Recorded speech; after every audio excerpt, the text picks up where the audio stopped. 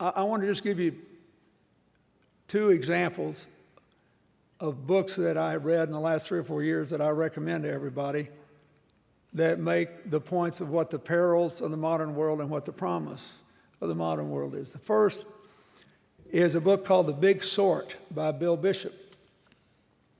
He is a journalist and a self-admitted Democrat who lives in Austin, Texas. And he lived in a neighborhood that was overwhelmingly Democratic, and he only had one Republican neighbor. He loved this guy. And he took walks with him every day. Their children played together. And they argued about everything under the sun and learned from each other. But it turned out he was the only person in the neighborhood that was really nice to the guy, so he moved into another neighborhood.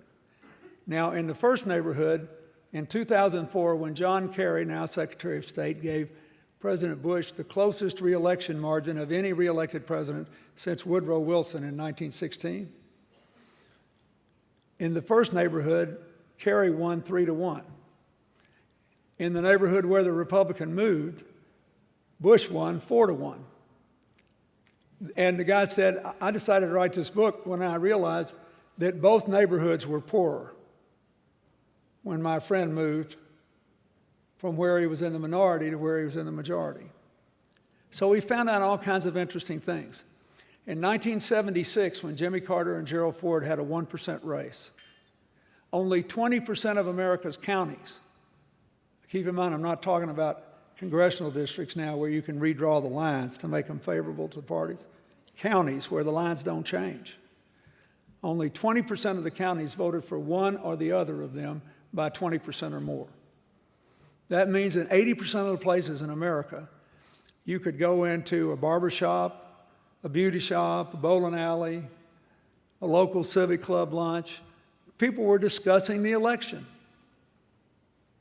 They knew it could go one way or the other. They were sharing their thoughts and debating it and honestly trying to figure out what to do. By 2004, when the Kerry-Bush race occurred, which was also quite close, 48% of our counties voted for one or the other by more than 20%, which means we had segregated ourselves by our political beliefs. And basically, Bishop in this book, The Big Sort, makes the point, said, we've gotten over so many of our prejudices. We're not as racist or sexist or homophobic as we used to be, but we have one remaining bigotry. We just don't want to be around anybody that disagrees with us. And we're all laughing, but Harry Truman liked a good argument. Why is this important? Second book.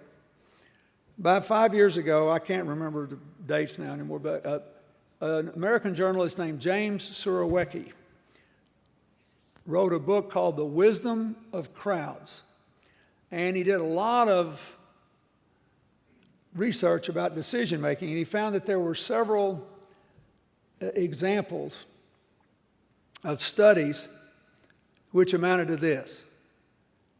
Suppose you had 2 rooms, and in one room, I picked 25 people out of this crowd at random. And I sent you in one room, and you're going to spend about a week there.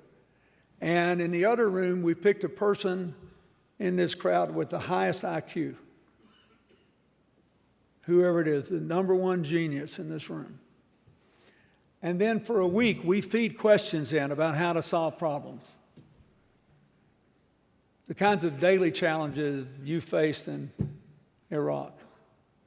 Or how would you increase the job growth rate of Kansas City? Or, name it, just basic challenges.